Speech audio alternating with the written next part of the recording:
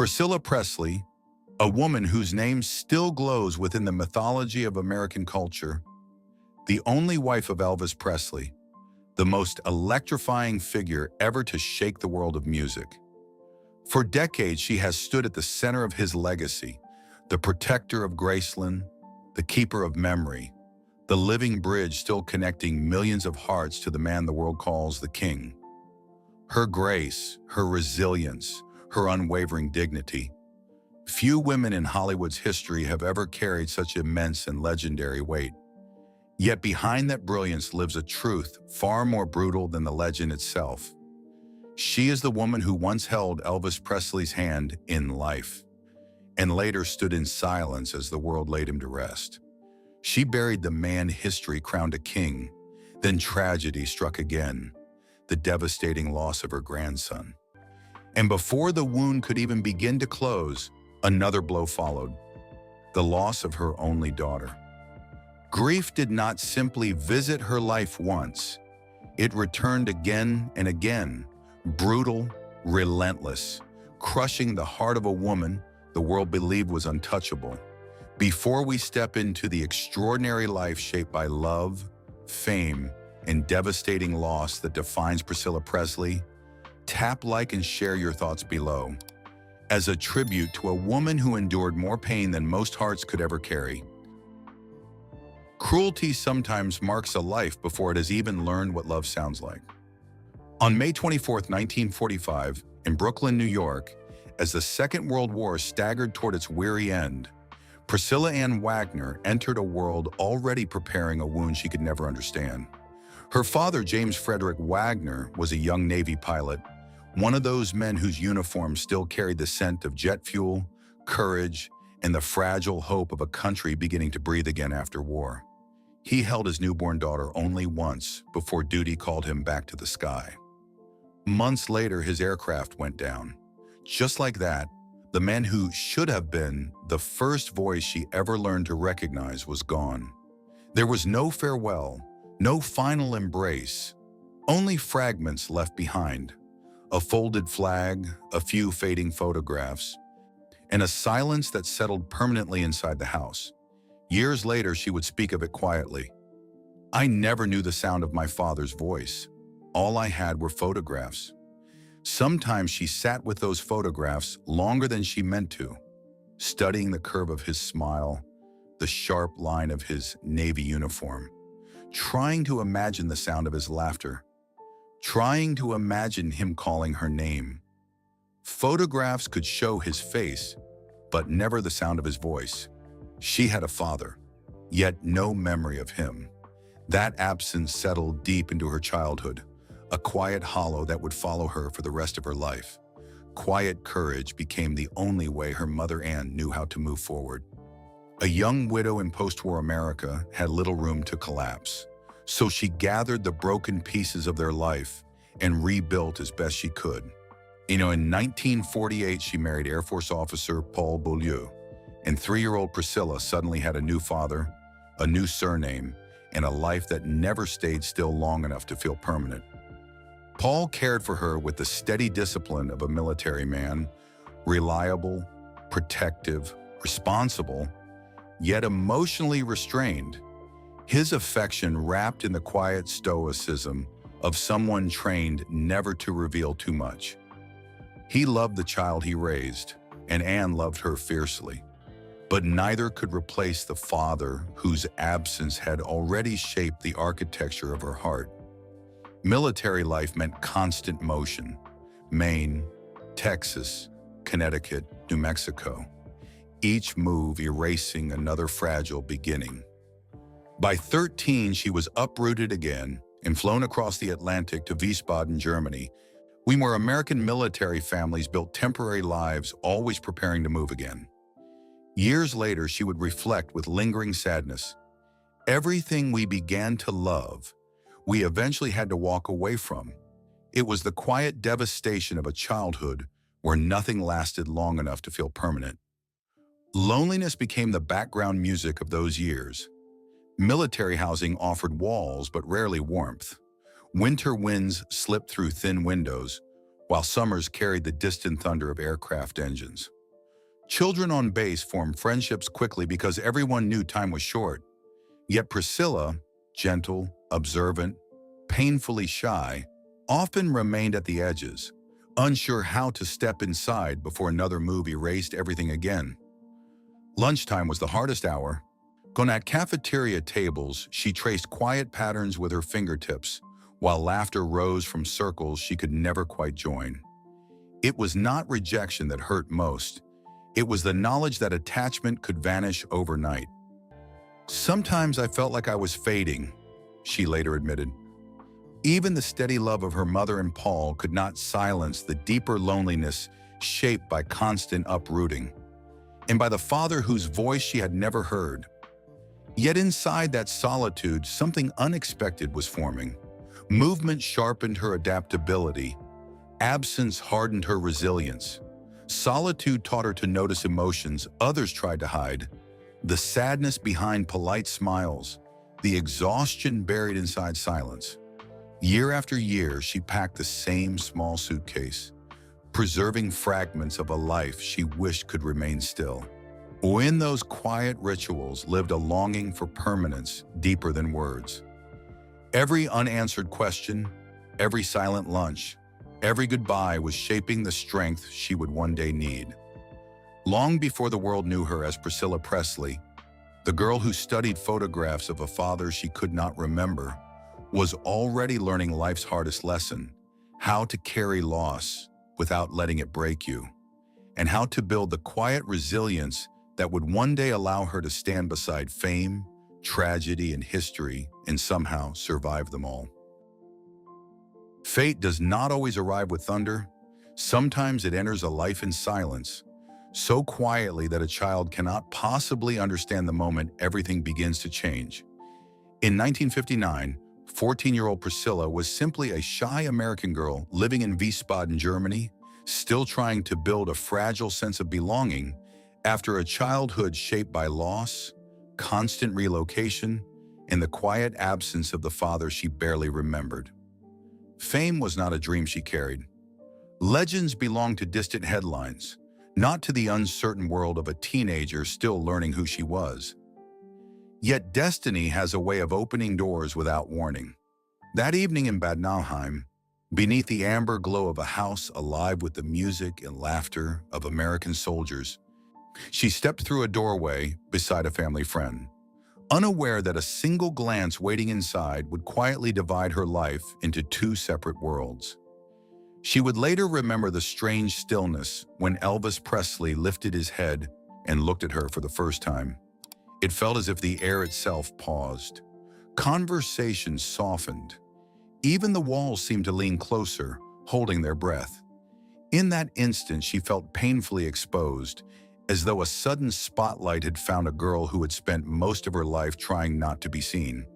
"I remember feeling terribly shy," she later admitted.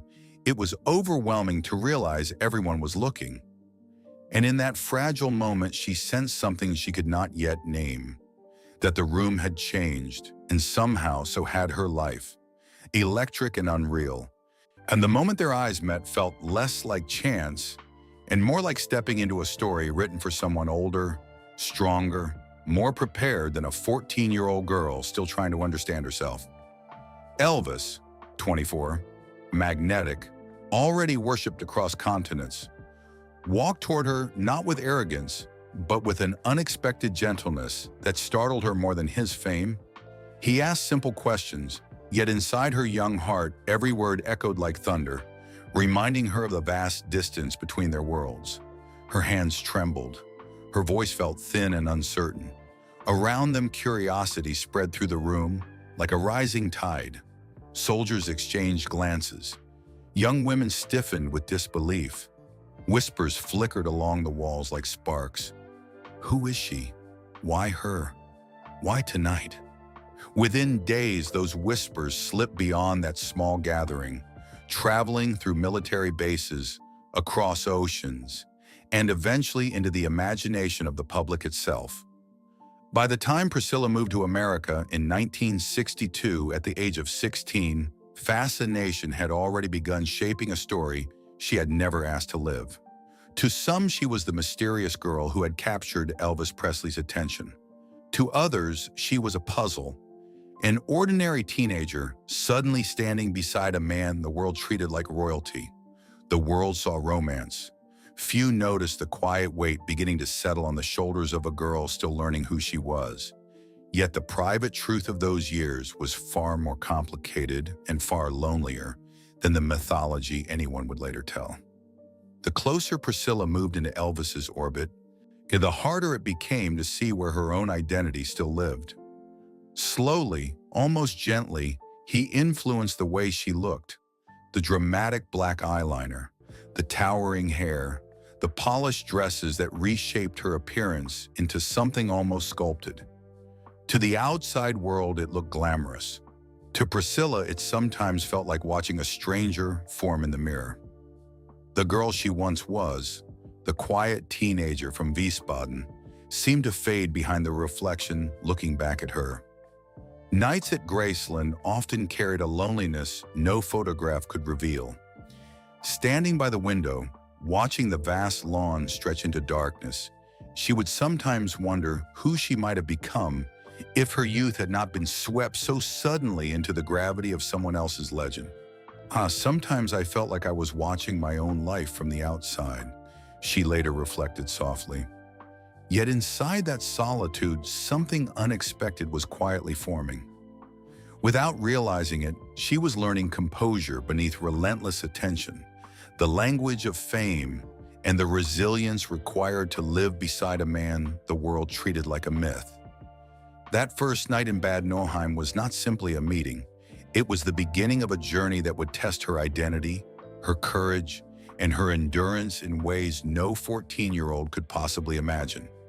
And though she could not know it then, the girl who once stepped nervously through that doorway was already beginning to discover a strength that would one day allow her to step out of the shadow of legend and finally stand as herself.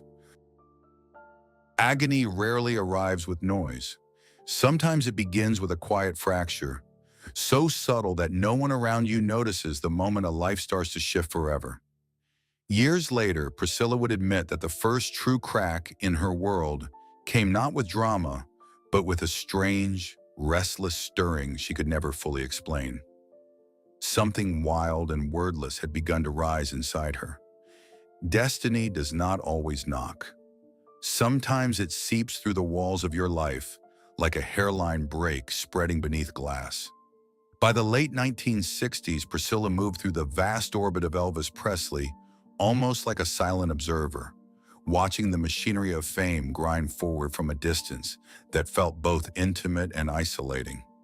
She remembered the brutal heat of studio lamps scorching the air, the metallic scrape of heavy-set pieces dragged across concrete floors long after midnight, the smell of sweat and bitter coffee clinging to exhausted crew members who traded sleep for perfection.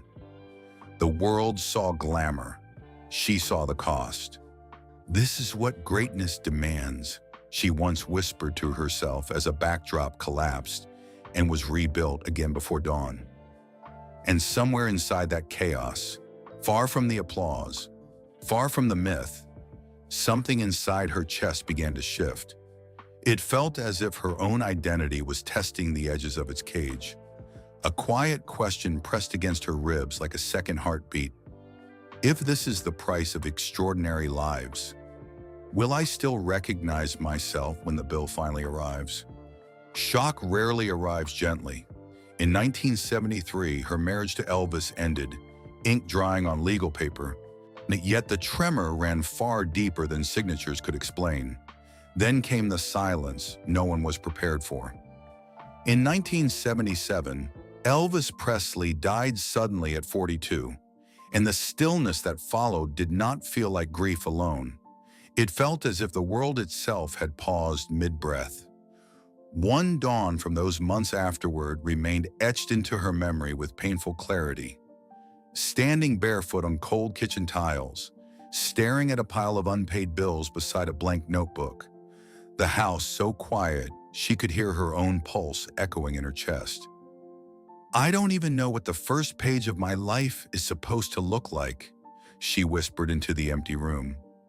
When she lifted a cup of coffee, her hands trembled so violently the liquid rippled across the rim before she set it back down untouched. Morning after morning, she forced herself to begin again, rising while the sky was still black, training until her muscles shook, studying scripts until the words blurred together, walking into auditions with fingers so numb she prayed no one would notice. And always there were whispers drifting through hallways and studio doors. "She'll never survive without his name." The words followed her like shadows. Some nights, after 14-hour days that drained every last ounce of strength she had left, she would sit alone in her car, forehead pressed against the steering wheel, tears slipping silently onto her hands. "Not yet," she would whisper into the darkness. "Not yet. I'm not finished."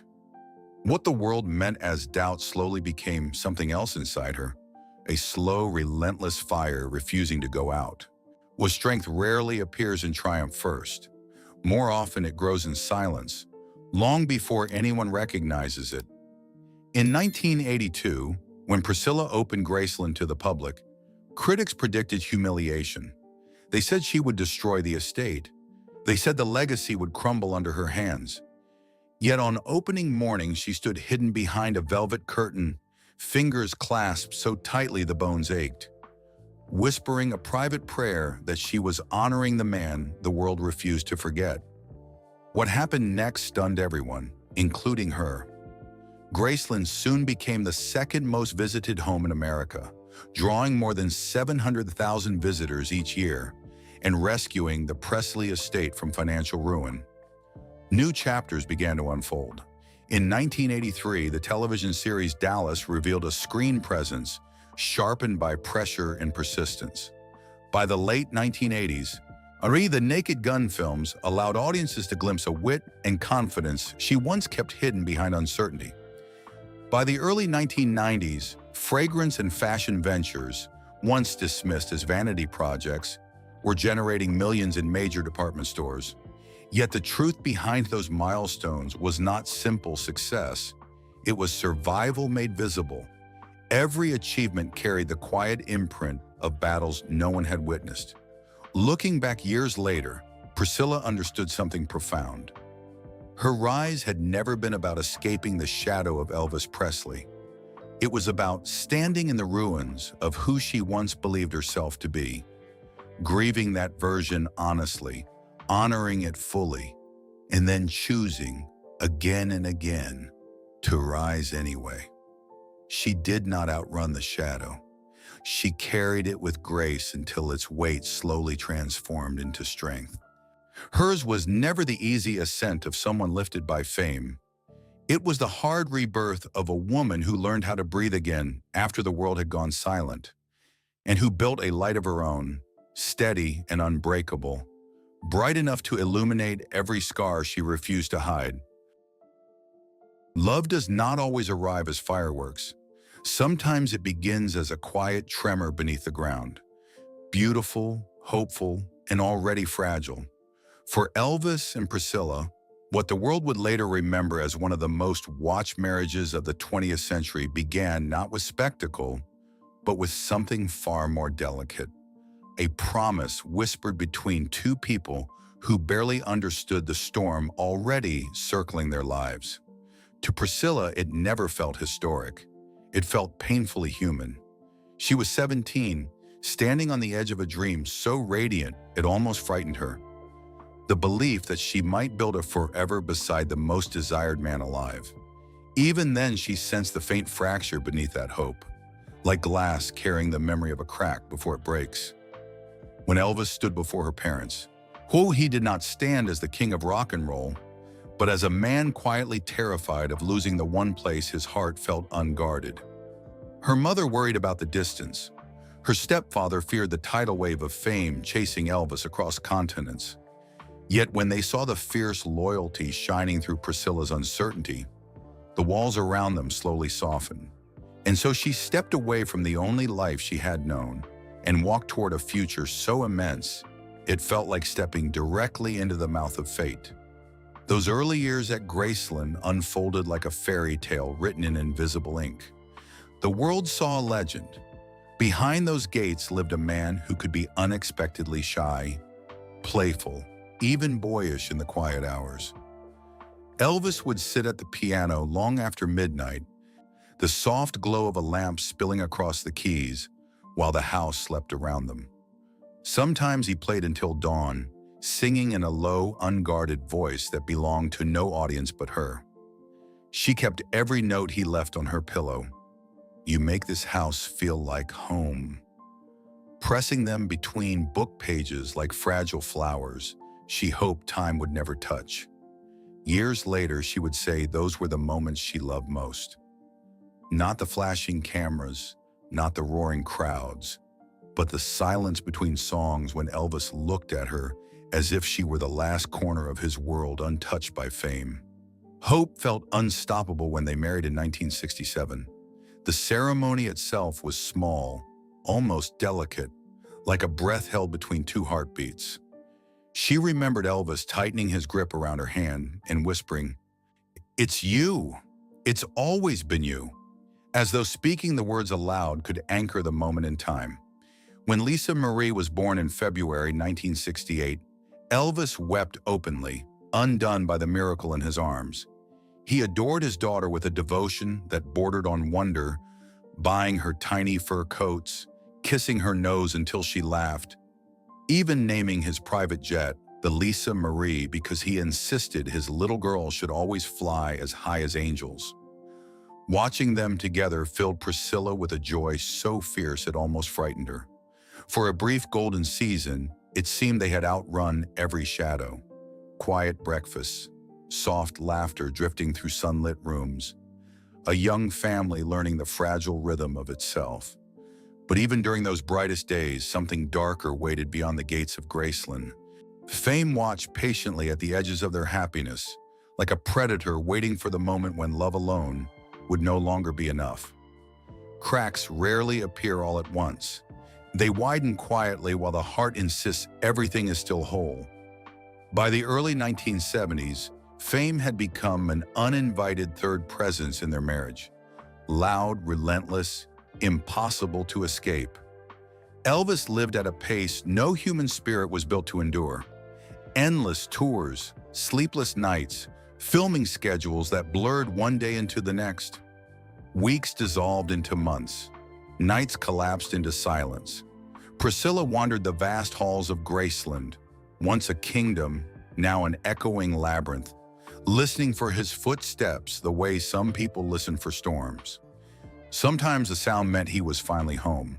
Sometimes it meant he was leaving again. Then came the whispers. One magazine covers hinting at romances with co-stars. Headlines turning rehearsals into scandals. Rumors spreading faster than truth could breathe. She never confronted him with those stories, never held those glossy pages up to his face, but each headline pressed against her heart like a bruise she could not quite see. As the world claimed more and more of Elvis, she began to feel herself fading from the life that was supposed to belong to them both. Desperate to anchor something steady, Elvis began shaping her image with careful intensity. Choosing her clothes, directing her makeup, deciding how her hair should fall. At first, she mistook that devotion for love. Slowly, she realized something far more painful. She could no longer tell where she ended and the woman Elvis imagined began. In a diary hidden beneath folded sweaters, she wrote a question she barely dared to read again. "Who am I when I am not standing beside him?" Karate began as escape, one quiet hour where her breath belonged only to her. But it soon became something far more dangerous, awakening. For the first time in years, she felt strength rising from inside instead of reflecting someone else's light. Elvis sensed the change almost immediately. To a man already exhausted by fame and expectation, her independence felt less like freedom and more like loss. Fear twisted into jealousy, jealousy into confusion, confusion into storms neither of them knew how to calm. And somewhere within those storms, between slammed doors, sleepless nights, and tears neither admitted hearing, a truce slowly hardened. They were no longer walking toward the same future. Yet the road beneath them had already begun to split. On the night before she left Graceland, Priscilla stood beside Lisa Marie's bed and brushed a loose curl from her daughter's cheek. She whispered an apology she could not finish, because naming the pain would mean admitting the family she had fought for was already slipping beyond her reach. In another room, Elvis sat alone, turning his wedding ring, the only one he would ever give a woman, between his fingers. The house was so quiet, the ticking of a distant clock seemed unbearably loud. He wanted to go to her, to beg her to stay, but every word tangled against years neither of them knew how to repair. By the time dawn arrived, the ending had already begun.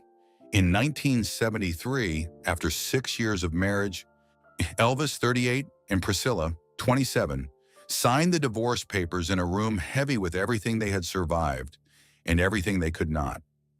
Her hand trembled so violently she had to grip her own wrist to steady it. Elvis hesitated, the pen hovering above the paper as if refusing to touch it might somehow stop time itself. When the documents were finally gathered, they stood, walked side by side, and quietly took each other's hands. Cameras captured the gesture. They did not capture the truth. They were letting go not because love had vanished, but because love, despite its beauty, had run out of space to breathe. The settlement, $725,000, a Mercedes, a Harley Davidson, shared property, felt like the cold accounting of a dream reduced to numbers. Priscilla would raise Lisa Marie, and Elvis could see her whenever he wished. What tenderness survived where marriage could not. Years later, Priscilla would admit the deepest wound was not losing Elvis. It was realizing she could not give their daughter the home she once believed destiny had promised them. Yet hidden within that heartbreak was a truth she carried through the rest of her life. Some loves do not end. They transform, they bruise, and they bless. And when Elvis and Priscilla walked out of that courtroom hand in hand, the world finally understood something the two of them had known long before the cameras arrived. Love does not always stay, but it never truly disappears. Some loves simply change shape and echo forever. Loneliness rarely announces itself loudly. Sometimes it arrives quietly, disguised as comfort. And by 1972, Priscilla Presley was still a married woman trying to hold together a life already beginning to fracture beneath her feet. At 27, she stepped into the dojo not searching for romance, but searching for the version of herself she feared had quietly disappeared. The girl who once believed love could anchor everything now felt that certainty slipping through her fingers. The world still applauded Elvis Presley everywhere he went. Yet inside her own life, a strange silence had begun to grow. When she met Mike Stone, 32, what unsettled her was not attraction, but something far simpler. The unfamiliar ease of being spoken to without expectation, without comparison, without the invisible gravity of the legend she lived beside. Here, for the first time in years, someone looked at her without seeing Elvis first. Yet even in those early conversations, something inside her tightened. Comfort like that carried a danger she could barely bring herself to name. By 1973, the boundary between student and confidant had blurred. Not through passion, but through exhaustion. What formed between them was less romance than recognition. Two people quietly acknowledging a loneliness neither knew how to explain. Mike noticed the details she tried hardest to hide. The fatigue in her shoulders, the careful way she said she was fine, the pause before her voice steadied again. Their connection was never the wildfire tabloids would later invent. It was something slower, sadder, the quiet erosion that begins when a heart grows tired of pretending everything is still whole. Yet with every conversation that lingered too long, with every silence that felt too easy, Priscilla sensed the weight pressing deeper inside her chest. Each moment of understanding felt like a step further from the woman she believed she should still be. During one training session, when Mike asked gently, "When was the last time you felt at peace?" She stopped moving, not because the question was intimate, but because the answer had vanished somewhere she could no longer reach. Whispers tend to find daylight long before the truth does. By 1974, the rumors had begun spreading, and tabloids seized the story with the hunger of wolves scenting blood. Headlines twisted speculation into scandal. Mike Stone, who had simply stepped into a fragile moment in someone else's life, was recast as the villain threatening a marriage America desperately wanted to believe in.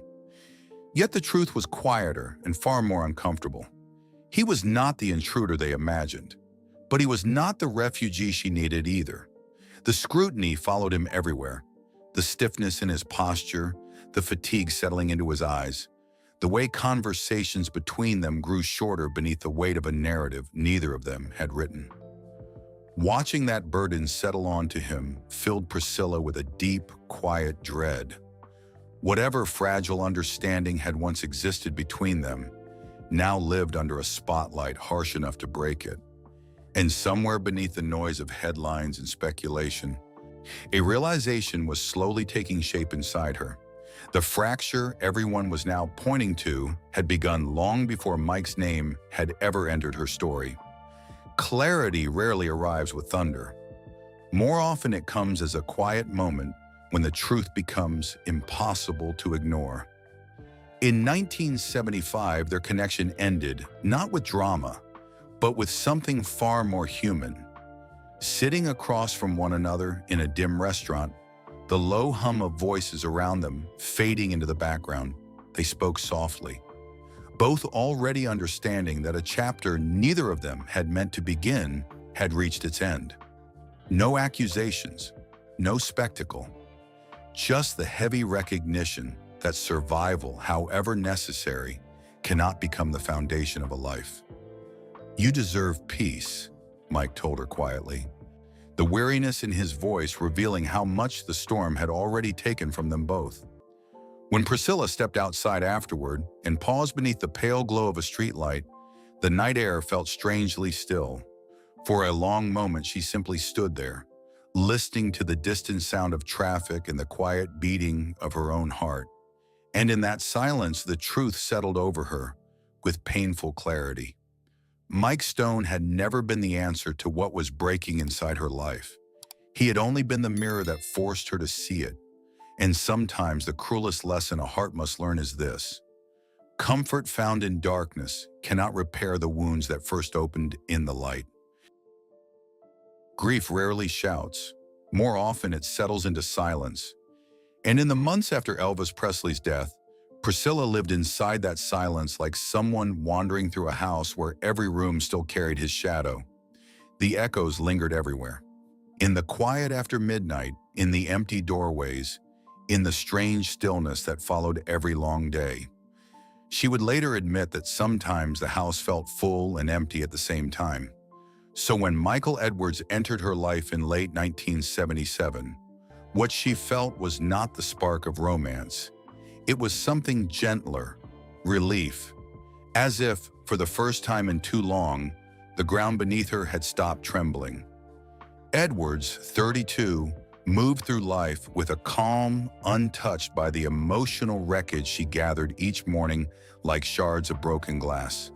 And she, also 32, was trying to hold herself together with quiet dignity while carrying a grief the world struggled to understand. Mourning a man she was no longer married to, yet had never truly stopped loving. Their conversations arrived softly, like warm light slipping beneath a closed door into rooms she had not realized had grown cold. Yet even in those early moments, she felt the tremor beneath the calm. She was not falling in love. She was reaching for something steady while the past still rattled the walls around her. For a time, that steadiness felt real. Edwards offered kindness, patience, and a softness she had not known in years. Their days unfolded with a fragile grace. Quiet dinners, shared glances, ordinary routines that felt almost miraculous after so much loss. The peace between them was delicate, weighing like something borrowed from a quieter world. But borrowed peace always carries an ending. The fractures crept in quietly, a question he hesitated to ask, a silence she wished he could understand, the invisible weight she carried that no one else could truly feel. He admired her, her elegance, her strength, the composure that allowed her to walk through a world that never stopped watching. But admiration does not reach the bone. It cannot fully grasp what it means to live as Elvis Presley's former wife, the mother of his only child, the quiet guardian of a legacy the world never stopped dissecting. Inside their blended household, distance slowly settled like dust. Lisa Marie instinctively guarded a place no one else could ever occupy. And though Priscilla tried, with patience, with kindness, and with hope, some rhythms cannot be forced into harmony. Over 6 years, their relationship loosened slowly, thread by thread, undone not by betrayal or cruelty, but by truths neither of them quite knew how to say aloud. Clarity arrived quietly in the early 1980s. Edwards wanted permanence, something defined, something whole. Priscilla felt something else, the faint echo of a heart that had already stopped moving forward. She later confessed that sometimes she watched herself from a distance, as if tending to a future she could not truly see, nurturing a love that never fully rooted itself in her heart. Their separation in 1984 was gentle, almost reverent. No raised voices, no bitterness. Just two people recognizing that the comfort that once steadied them could no longer carry them any further. Edwards left with nostalgia, and Priscilla left with understanding. Some relationships do not collapse dramatically. They simply reveal the wounds we have not yet healed. But the deepest fracture came later. In 1988, Edwards released a memoir that cut sharper than anyone expected, sharing her name, fragments of private moments, and most painfully, references to Lisa Marie. Priscilla would later remember opening the book and feeling her hands grow cold before she reached the end of the first chapter. A man who had once shared her quiet evenings, her table, her trust had carried their private world onto a public stage she never stepped onto willingly. She stopped reading the moment she saw her daughter's name. The room fell so quiet she could hear the soft rustle of the page in her hands. The public outrage was immediate, but Priscilla said nothing.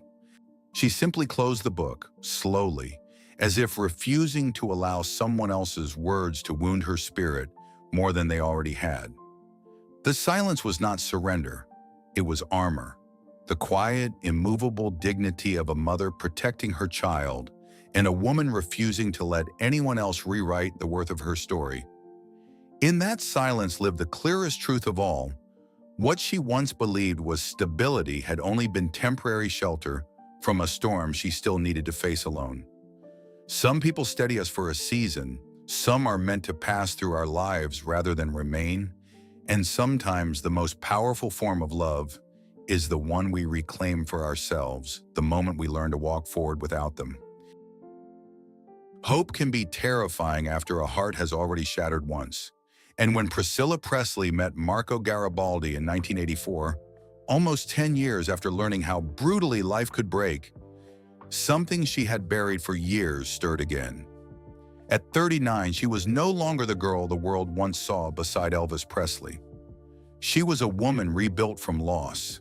Love ended, fame endured, grief carried quietly through long seasons of silence. Marco, 40, entered her life with a calm that neither worshipped her past nor feared it. She would later remember their first conversation vividly. In the middle of a sentence, he paused, studying her face before saying softly, "You don't have to be strong right now, not with me." The words startled her more than any confession of love. And only then did she realize how exhausted she had been from holding herself together. She later admitted she had not been looking for romance. Yet when Marco spoke, something inside her lifted, like a hand instinctively reaching for warmth after years in the cold. Their early conversations stretched late into the night, two people breathing easier beside each other. And for the first time in years, Priscilla felt the fragile comfort of being seen without being judged. Happiness did not arrive like fireworks. It grew quietly. Their life together unfolded through ordinary moments, cooking barefoot in the kitchen, laughing over recipes neither quite perfected, building routines untouched by cameras or expectation.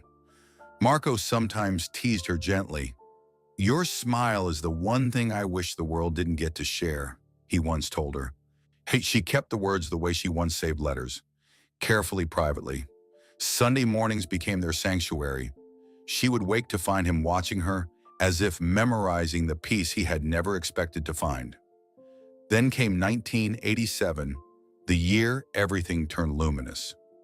When Priscilla held their newborn son, Navarone, joy flooded her so suddenly she could barely breathe. Marco stood beside her, trembling, kissing the tiny fingers curled around his own. Later, he told a friend quietly, "I didn't know a heart could widen like that." They made it happen. For a while, their home became the life she once thought impossible. No spectacle, no pressure, no world pounding on the door. Only two parents watching a child discover laughter, sunlight, and the quiet rhythm of growing up. She would later say those were the years she finally understood what love looked like when nobody was watching. And because it felt so pure, she allowed herself, almost against instinct, to believe it might last. But the deepest fractures rarely arrive with noise. They begin quietly, stitched into ordinary days until the fabric of a life slowly thins. As the 1990s unfolded, their paths drifted apart. Priscilla's world widened. Graceland became a global landmark. Her businesses expanded, and the legacy she guarded demanded a strength few people understood.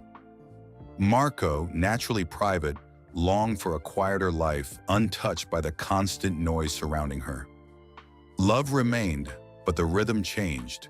Sometimes she would pause in the doorway, watching him read beneath a warm lamp, and feel a sharp ache rise inside her.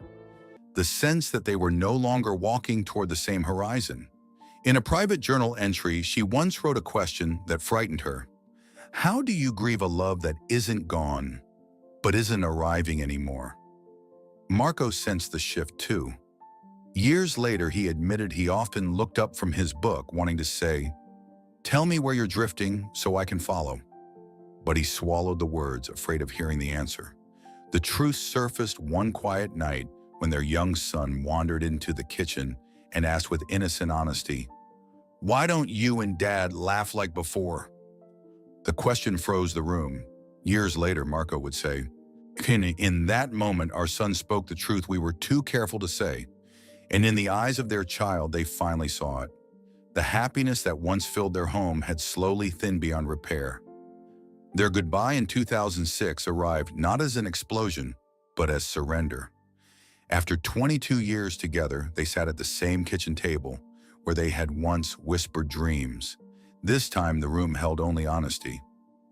Marco's voice trembled slightly as he said, "We've stopped arriving in each other's tomorrows." The sentence landed softly but cut deep. Priscilla looked at the man who had once steadied her world and realized what remained between them was not failure. It was love that had simply outgrown its shape. Later, Marco would confess, letting her go was the kindest cruelty I've ever known. Because they had never married, there were no lawyers, no courtroom battles, only the quiet dignity of two people choosing truth over prolonging something already fading. Navarone remained the center of a bond that never turned bitter. When Priscilla stepped outside that night, cold air brushing her face, she understood something difficult but honest. Some homes do not collapse. They simply grow too small for the lives inside them. Years later, she spoke of Marco without anger, only gratitude. He had entered her life when she needed peace more than passion, steadiness more than spectacle. Marco once said simply, "We weren't meant to last forever. We were meant to save each other for a while." And perhaps that is the quiet truth beneath their 22 years together. Not every love carries us to the end. Some arrive to steady us when we can barely stand, to give us a child, a season of peace, And the reminder that even after the deepest wounds, the heart can still open, still trust, and begin again. How merciless time can be when it steals the words a heart believed tomorrow would still allow it to say. The world would forever mark August 16th, 1977 as the day Elvis Presley died. But for Priscilla Presley, it was the morning the air itself seemed to vanish from the world. Years of distance, divorce, and quiet unraveling had already left their scars, yet nothing prepared her for the violence of that loss. The world mourned the king of rock and roll. She mourned the young soldier who once mailed trembling letters from Germany, the man who played piano softly through sleepless nights, the father of her child, the only husband she would ever have. "I wasn't ready to lose him, not even after everything," she would admit years later, her voice barely stronger than a breath. To the public, he was a legend.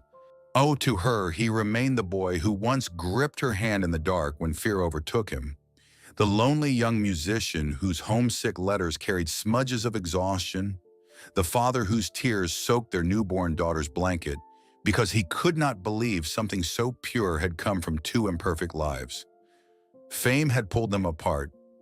Time had pushed them into separate worlds. Yet the invisible threads of youth, first love, whispered promises, the fragile dreams of two young people who once believed forever was possible, had never fully broken.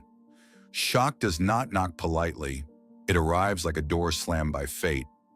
That morning at Graceland, Elvis Presley, only 42, was found unresponsive and rushed through Memphis by ambulance to Baptist Memorial Hospital, where sirens tore across the city while doctors fought desperately for the heart that had carried decades of pressure, exhaustion, expectation, and fame powerful enough to crush most men. But even their frantic hands could not restart the heartbeat that had electrified arenas and once lulled Priscilla to sleep beside him when they were young. The verdict, cardiac arrest, felt impossibly small beside the enormity of what had vanished. News anchors stumbled over their words. Radios crackled with disbelief. Within hours, Memphis became a city holding its breath. Outside the iron gates of Graceland, mountains of flowers, vinyl records, rosaries, letters, and handwritten prayers appeared as strangers wept openly in the streets. Yet inside the hospital corridor, beneath a faint hum of flickering fluorescent lights, Priscilla's grief moved differently, quieter, heavier, almost unbearable. When the doctor approached and slowly shook his head, she understood before a single word was spoken. The hallway tilted, her knees weakened. "Not him, not now," she whispered into her hands, the words breaking as though something inside her had been torn open. In that instant, the truth struck with brutal clarity. She was stepping into a world where Elvis Presley's voice would never again fill a room. 2 days later, on August 18th, grief deepened into something even more unbearable. Inside Graceland, Elvis rested in a golden casket, surrounded by white roses glowing softly beneath muted lights. Outside, more than 80,000 mourners filled the streets in a silence so heavy it felt as though the earth itself had stopped breathing. Standing only feet away, Priscilla struggled to steady herself. The world saw a fallen icon. She saw the young man who once slipped love notes beneath her pillow and whispered, "Scylla, don't be afraid," when she first arrived in America. Slowly, she lifted her hand toward the gleaming casket, then stopped inches away, afraid that the moment her fingers touched the cold metal, the impossible would finally become real. Beside her, the small hand of Lisa Marie Presley tightened around her fingers. The little girl looked up with wide, searching eyes and asked the question no mother is prepared to answer. "Is Daddy coming home?" Priscilla felt her throat close. No words came. She could only pull her daughter closer as the funeral procession began. A slow river of black cars moving through Memphis while thousands stood silently along the streets, praying, saluting, lifting their hands toward the sky as if love alone might call them back. That night, Graceland fell silent in a way the house had never known. When the crowds finally faded, Priscilla walked slowly through the rooms where their lives had once unfolded. The piano where Elvis played melodies meant only for her. The staircase he climbed after concerts that left the world breathless. The doorways where laughter once echoed like sunlight. Every corner carried a memory. Every memory carried a version of him she could never return to. When her fingers brushed the cool surface of the piano keys, grief finally broke through the composure she had held all day. For the cameras, for the mourners, for her daughter. The world had lost a king. She had lost the first great love of her life. The brilliant, complicated man whose laughter once softened her storms and whose dreams had once intertwined with hers long before the world claimed him. No tribute, no vigil, no chorus of global mourning could soften the silence he left behind. Yet within that silence, a quieter truth endured. Some loves never truly end. They change shape. They echo through the years. They remain in the memories that refuse to fade and in the quiet courage it takes to keep living after the music stops. Elvis Presley was gone, but in the deepest corners of her life, he never truly stopped remaining. Yet time has a cruel way of proving that the heart can still be broken in ways it never imagined. In 2020, when 27-year-old Benjamin Keough died, another kind of grief arrived. Quieter, deeper, almost airless. This was not the thunder of global tragedy. This was the silent fracture of a grandmother's heart.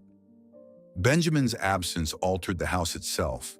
The hush in the hallways, the lonely creak of the floors at night, the strange heaviness of her own breathing in the dark. To the world, he was another Presley descendant. To her, he was the boy who ran into her arms after scraping his knees, the child who hid beneath her arm when thunder rolled through the sky, the teenager who leaned his head against her shoulder longer than most boys would dare. Sometimes she would stop mid-sentence because the quiet tilt of his eyes looked so uncannily like Elvis that memory seemed to step into the room beside her. Those moments belonged only to her, and when the phone rang that morning, when the words were finally spoken, her body did not collapse. It simply froze. The world did not roar. It fell into a terrible stillness. "No, not my Ben. Not my sweet boy," she whispered into the receiver, as if a grandmother's love might still persuade fate to turn around. Yet the pain inside her was only one part of the storm. The deeper wound was watching her daughter shatter. Lisa Marie Presley had lost her only son, the boy she once said carried pieces of Dad inside him. In the days that followed, Priscilla witnessed a grief so raw it almost felt sacred, too fragile for language. She found Lisa Marie sitting in the half-dark, clutching Benjamin's photograph so tightly the paper bent in her hands. Some nights, Lisa would whisper through tears, "Mom, I don't know how to live in a world without him." And every time the words struck Priscilla like glass, breaking somewhere deep inside her chest. Losing someone you love is one darkness. Watching your child lose someone they love with their entire soul is another night entirely. Inside the house, there were no crowds, no cameras, only the fragile quiet of a family trying to breathe around a wound that would not close. Priscilla moved through memories the way one walks through abandoned rooms. Benjamin at 5 dragging his blanket down the hallway. Benjamin at 12 pressing his face against the window on Christmas morning. A Benjamin at 16 bent over a guitar with the same quiet concentration Elvis once had when searching for the right chord. She remembered Lisa Marie once brushing his hair back with a soft laugh and saying, "You look so much like my dad, it's almost frightening." Now that memory returned like sweetness edged with pain. Slowly, survival became its own quiet labor. Some nights Priscilla knelt beside her bed, not asking why, because grief rarely answers, but asking only for the strength to hold the people she loved upright. Time did not heal the loss. It merely forced life to rearrange itself around the empty space Benjamin left behind. She steadied Lisa Marie through long silences that had no words, comforted Navarone Garibaldi when his own sorrow surfaced, and carried the invisible architecture of a family learning how to breathe again. When that long endurance, she discovered a truth she never wished to understand. Losing someone you love is darkness, but losing someone your child loves is a deeper night altogether. And yet, even in that darkness, love refused to disappear. It lingered in the stories told at the dinner table, in gestures inherited without noticing, in the faint echo of Benjamin's laughter that sometimes seemed to live in the walls. His absence was immeasurable, but the tenderness he left behind continued to move quietly through the Presley family, like a steady pulse. And in those fragile echoes, Priscilla found the only path forward, not healed, not untouched, but carrying a love that death could separate, yet never erase. Cruelty has a way of returning just when a heart begins to believe it has endured enough. 3 years after losing her grandson, Benjamin Coe, 3 years spent watching grief carve quiet hollows into her daughter's spirit, Priscilla Presley found herself standing at the edge of another loss she could scarcely imagine surviving. Death had already taken a young man at 27. Now in early 2023, it moved again. Slow, patient, merciless, toward her only child, Lisa Marie Presley. Lisa Marie was 54, still trying, still fighting, still carrying the invisible weight of a life lived beneath one of the most famous names in music. Just 2 days before everything changed, she appeared at the Golden Globe Awards, smiling bravely for cameras that could not see the slight tremor in her hands or the exhaustion tightening her voice. To the world, she seemed composed. To her mother, she looked heartbreakingly fragile. Mothers often convince themselves their children are stronger than they feel. But when the phone rang that morning, Priscilla sensed the truth before the words were spoken. Her fingers tightened around the receiver. The room seemed to shrink around her. She did not whisper, "Not her." Instead, she breathed, almost pleading, "Please, not again." Because repeated grief does not merely break a heart, it wears it down until even hope begins to tremble. Hardship had followed Lisa Marie for most of her life. Carrying the Presley legacy meant inheriting both brilliance and burden, expectation and scrutiny. In the years before her death, she had fought battles few people fully saw. A financial collapse that left her nearly $16 million in debt, legal conflicts over trust funds, a marriage dissolving in public view, and the unbearable aftershock of losing her son. Some nights she called her mother not to speak, but simply to breathe. Two voices sharing silence across a phone line, neither wanted to hang up. "Mom, I'm trying. I promise I'm trying," she would whisper. Priscilla always answered softly, "I know." Yet love and understanding cannot always shield the people we love from the storms already inside them. On January 12, 2023, Lisa Marie attended the Golden Globes with careful poise, leaning subtly for balance as if steadying herself against an invisible current. 2 days later, she collapsed at home. Paramedics fought to revive her while surgeons rushed to confront complications tied to a medical procedure long buried in the past. When Priscilla arrived at the hospital, the fluorescent corridor lights felt hauntingly familiar. She had walked a hallway like this before, years earlier for Elvis Presley, and again for Benjamin. The memory struck her like cold air. When the doctor approached, he slowed his steps slightly, and in the quiet sorrow of his eyes, she understood before he spoke. The hallway fell silent. Breath stalled in her chest. The floor seemed to tilt beneath her feet. Her daughter, her only child, was gone. What followed was not spectacle, but a devastation carried quietly within the walls of a family already familiar with loss. Lisa Marie left behind 3 children, Riley Keough, suddenly stepping into strengths she never asked for, and 14-year-old twins Harper and Finley, still young enough to need the truth explained gently. Soon another storm surfaced. A 2016 amendment to Lisa Marie's trust had quietly replaced Priscilla as co-trustee with Riley and Benjamin, something she had never been told. Lawyers entered a room where grief should have been allowed to breathe. Headlines reopened wounds that had barely begun to close. Yet Priscilla moved carefully, determined that money and paperwork would not fracture what sorrow had already shaken. When the dispute finally settled, she felt no triumph, only relief that the family would remain whole. At night, she sometimes walked into Lisa Marie's childhood bedroom, where a little girl once scribbled songs across notebook pages and asked her mother if her father could hear her sing. Sitting quietly on the edge of the bed, Priscilla would rest her hand on the blanket and whisper into the stillness, "I hope you knew how loved you were. I hope you knew how fiercely you fought."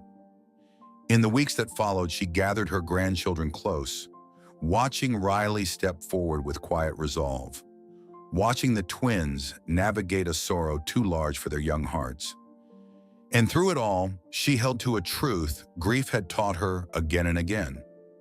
Love does not disappear when breath ends. It lingers. In the stories families repeat at dinner tables, in photographs resting in silent frames, in the way Riley sometimes tilts her head exactly like her mother once did. Lisa Marie's life was luminous, complicated, wounded, resilient. Her passing left a silence no mother ever imagined surviving. Yet even inside that silence, one promise endured. A mother's love does not vanish when a heartbeat stops. It transforms into memory, guardianship, and devotion that time itself cannot erase.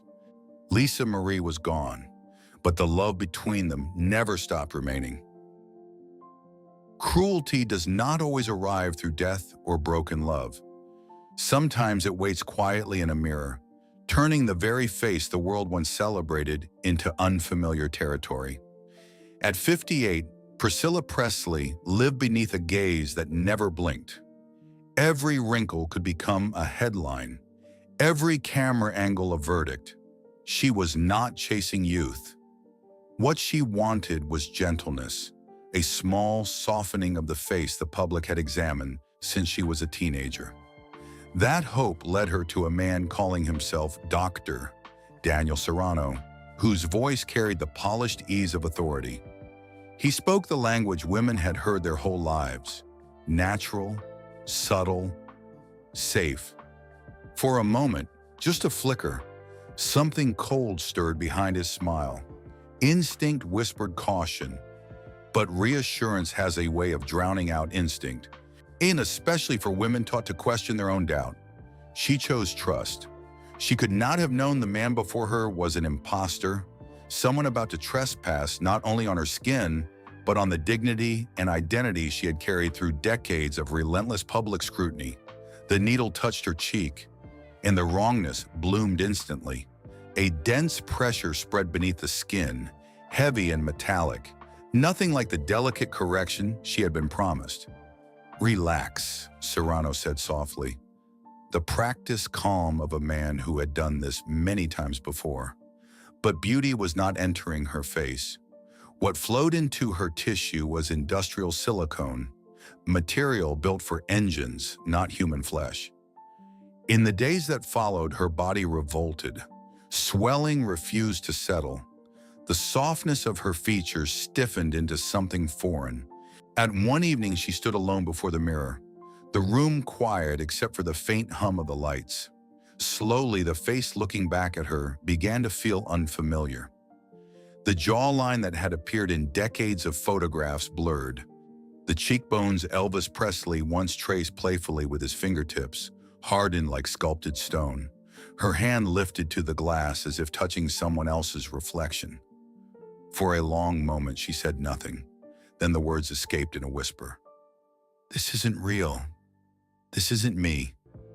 The silence that followed felt colder than fear, and suddenly a memory returned from childhood, her mother's quiet warning. Beauty can protect a woman until someone learns how to turn it against her. Standing there, she understood. The cruelty that followed was louder. Headlines sharpened into spectacle. A tabloid circled the story with ruthless fascination, declaring her unrecognizable, dissecting her face as though her suffering were entertainment. Strangers mocked features they could not understand, unaware her body was struggling against a substance it could never dissolve. They did not see the clinic rooms where she endured painful corrective procedures beneath harsh white lights, doctors carefully attempting to undo what should never have been done. They did not see how humiliation settles deep in the bones, not from injury alone, but from the knowledge that the world is laughing at wounds it does not comprehend. Through it all, Priscilla remained silent. She refused to answer cruelty with spectacle. Later, in a rare moment of honesty, she said simply, "It wasn't vanity, it was trust, and someone turned that trust into a weapon." When the truth finally surfaced, that Serrano had harmed dozens of women, injecting unapproved chemicals and leaving lasting physical and emotional scars, the narrative shifted. He was exposed, prosecuted, sentenced. Yet justice cannot rewind a moment once lived. It cannot restore the innocence with which she entered that room or erase the betrayal carved into memory. But Priscilla did something stronger than revenge. She refused to become the tragedy he intended. She endured treatments, faced cameras again with quiet resolve, and rebuilt her confidence before the same public that had once mocked her pain. In doing so, she became something greater than an icon of beauty. She became proof that identity is not defined by the surface of a face, but by the resilience behind it. Her scars remained, but they no longer belonged to shame. She carried them the way survivors carry armor, not as evidence of defeat, but as a proof she had been wounded and still refused to break. Time has a remarkable way of revealing the true strength of a person's character. In 2026, at 81 years old, Priscilla Presley stands not merely as the former wife of Elvis Presley, but as one of the most resilient guardians of cultural legacy in modern entertainment history. The decades have brought her staggering personal loss: the passing of Elvis Presley in 1977, the heartbreaking death of her grandson Benjamin Keogh in 2020, and the devastating loss of her only daughter Lisa Marie Presley in 2023. Yet she continues to carry the Presley name with dignity and purpose. Today she divides her life primarily between Los Angeles and Tennessee, maintaining close involvement with the legendary Graceland estate in Memphis. When Elvis died, the property was expensive to maintain and financially uncertain. And it was Priscilla who made the bold decision in 1982 to open it to the public, transforming it into one of the most visited private homes in America and a global pilgrimage site for music fans. Today, the broader Graceland complex, including museums, archives, and tourism operations, is valued well into the hundreds of millions of dollars. Her own personal net worth is estimated between $50 million and $60 million, built through careful management of Elvis Presley enterprises, film and television roles, licensing agreements, brand partnerships, and decades of smart stewardship over one of the most powerful celebrity legacies ever created. Property and preservation have always played a central role in how she manages both wealth and history. For years, Priscilla lived in a private Mediterranean-style residence in the prestigious Brentwood area of Los Angeles, valued around $5 to $6 million.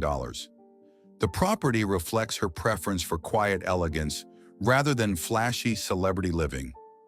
Gated entryways, lush gardens, sunlit terraces, and spacious interiors designed for privacy and reflection. The home includes multiple bedrooms, open living areas, and landscaped outdoor courtyards where she has often hosted intimate family gatherings away from public attention. Yet the true crown jewel of the Presley legacy remains Graceland itself, a 13-acre historic estate whose museum, archives, and surrounding entertainment complex draw hundreds of thousands of visitors every year. Though legal responsibilities now place her granddaughter Riley Keough as trustee, Priscilla continues to guide preservation efforts and long-term planning for the estate. To her, wealth has never been about excess. It has always been about protecting history. She has often said that preserving Elvis's music, artifacts, and memory for future generations matters more than any personal luxury. Financial comfort still surrounds her life, though she has always favored understated sophistication. Over the years, she has been associated with classic luxury vehicles, such as the Mercedes-Benz S-Class sedan, valued around $110,000, and occasionally a Range Rover SUV worth roughly $95,000 to $120,000. Vehicles chosen for comfort and reliability rather than spectacle. But the real engine of her success lies in the Presley business empire she helped build. As co-founder of Elvis Presley Enterprises, she played a key role in expanding the Presley brand through merchandise licensing, music publishing rights, film distribution, archival exhibitions, and global tourism tied to Elvis's legacy. Her own acting career also added to her influence. She appeared in the iconic television series Dallas and became widely recognized for her comedic roles in the Naked Gun film trilogy. Even today, she remains active in documentary productions, cultural preservation initiatives, and major public events such as Elvis Week in Memphis, where thousands gather annually to celebrate the music and legacy that changed the sound of American culture. Family, however, has become the most meaningful part of her life in recent years. Her granddaughter, Riley Q, has emerged as one of the most talented members of the Presley lineage, an acclaimed actress and filmmaker who gained international recognition through projects like the series Daisy Jones and the Six. Riley now carries significant responsibility for protecting the Presley estate while also building her own creative identity in Hollywood. Meanwhile, Lisa Marie's younger daughters, the twins Harper and Finley Lockwood, are growing into young adulthood away from the harsh spotlight that surrounded earlier generations of the family. Priscilla spends cherished time with them whenever possible, offering guidance shaped by a lifetime of navigating fame, heartbreak, and reinvention. Her daily life today is described by friends as balanced and reflective: light exercise, careful attention to health, quiet reading, time with family, and ongoing involvement in cultural preservation and philanthropy. Age has softened her appearance, but her elegance remains unmistakable, proof that grace often deepens rather than fades with time. Ultimately, the power of Priscilla Presley's story does not lie in celebrity or wealth. It lies in endurance. Few people experience such a sequence of public fame, personal loss, and responsibility for a global cultural legacy, yet she continues to move forward with remarkable composure. Her life reminds us that resilience is not about avoiding pain. It is about continuing to live with dignity after pain arrives. And the deeper lesson her journey offers is simple but profound. Loss may reshape our lives, but it does not have to destroy our purpose. If her story has touched you, take a moment to like this video and share your thoughts in the comments, because conversations about resilience help others who may be quietly carrying their own heartbreak. And if you are watching today while facing your own struggles, may you find the same quiet strength that has carried Priscilla Presley through decades of triumph and tragedy. Sometimes the greatest victory in life is simply refusing to stop standing.